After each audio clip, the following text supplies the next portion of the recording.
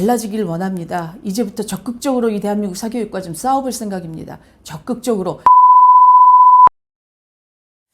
안녕하세요. 김지연입니다.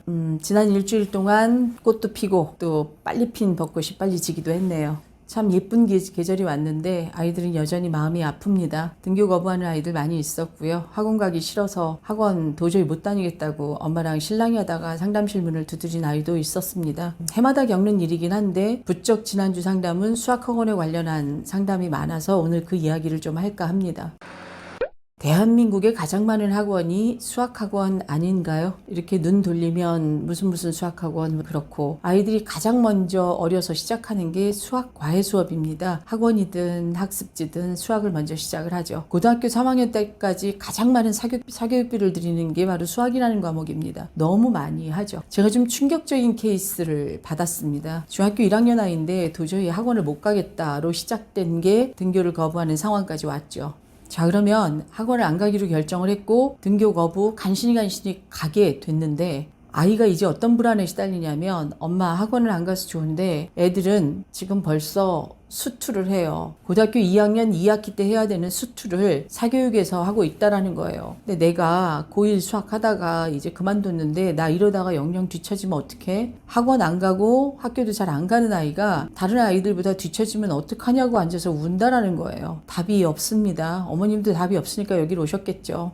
전 이 아이를 만든 게 누굴까? 이 아이를 이렇게 병들게 한 건 어른들이죠.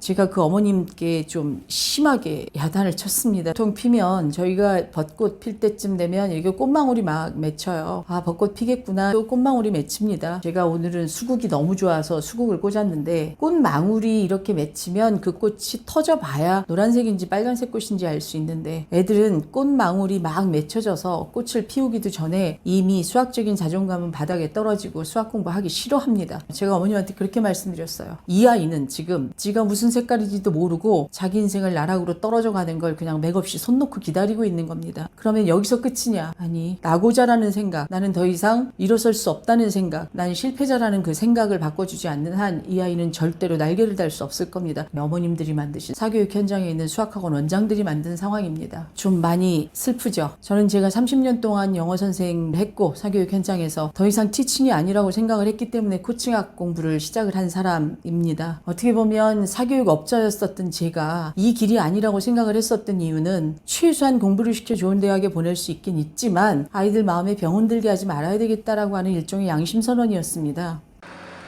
제가 오늘 공개적으로 말씀드립니다. 어느 수학 선생이 저한테 와도 상관없습니다. 자, 수학을 자존감을 깎아내리지 않고 그리고 수학적인 아이들이 자기 재능을 피워보지도 못하고 나는 수학을 못하는 인간이야 이렇게 수포자를 만들지 않으면서 난 수학을 너무나 재밌게 잘 가르치고 나에게서 배운 아이들은 수학을 그렇게 힘들어하지 않으면서 공부 열심히 하고 있다 이런 선생님이 있다라면 저에게 오십시오. 전 대한민국 이 수학학원 원장들이 또 대한민국에서 수학을 가르친다고 하는 선생님들이 뭔가 정말 뼈저리게 반성하지 않고는 이 문제 해결할 수 없다고 생각합니다. 자, 수학학원 이렇게 많고 수학학원비로 가장 많은 지출을 하고 있는 이 나라에서 수포자가 왜 생깁니까? 고등학교 2학년이면 이미 미적분 포기하고 수학을 포기하는 이 현실이 이게 온당한 현실인지 묻고 싶습니다. 자, 결정적으로 이 중학교 1학년 아이가 공부를 다 놓게 된 계기는 수학학원을 그만두고 어머님이 시킨 과외가 한 달에 80만 원짜리 과외였습니다. 시간당 5만 원짜리. 물론 한 달에 80만 원 이게 비싸지 않은 거라고 생각하실 수도 있겠지만 분당에서는 중간 정도 되는 과외비이긴 한데 이 과외 선생이 아이에게 한 말은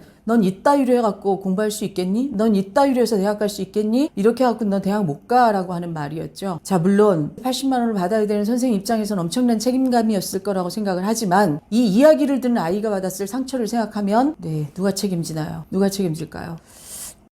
수학과를 나와서 대한민국 일타 강사 중에서 가장 돈을 많이 벌었다는 앞에 온다고 해도 전 할 말 있습니다. 아이들을 언제까지 병들게 하면서 이 수학 공부를 밀어넣고 학원 가서 300문제씩 200문제씩을 아이들에게 풀리고 그것도 모자라서 중학교 1학년짜리가 수면권까지 보장받지 못하면서 밤에 2시까지 공부해야 되는 게 이게 대한민국 교육의 현실이라고 그러면 그리고 그 아이들이 돌다 어쩔 수 없어서 심리상담을 받으러 오고 돌다 어쩔 수 없어서 정신과 약을 복용해야 되는 상황까지 온다고 그러면 이게 단순히 유약한 아이들의 문제일까요? 이게 단순히 수학적인 머리가 나쁜 아이들의 문제입니까? 그리고 이거 못하면 어머님 대학 못 가 갑니다. 어머님 이거 못하면 얘 인성을 못합니다. 그렇게 공포 마케팅했던 사교육 업자들의 책임은 아닌가요? 우리는 언제까지 이 교육이 이렇게 가도록 가만히 손 놓고 있어야 되나요? 어떤 수학학원 원장이 저하고 와서 논쟁을 하시겠다는 받아들이겠습니다. 건강하게 수학 공부할 수 있는 방법을 알고 계신 분이 있다고 하면 저한테 오십시오. 제가 적극 수용해 드리겠습니다.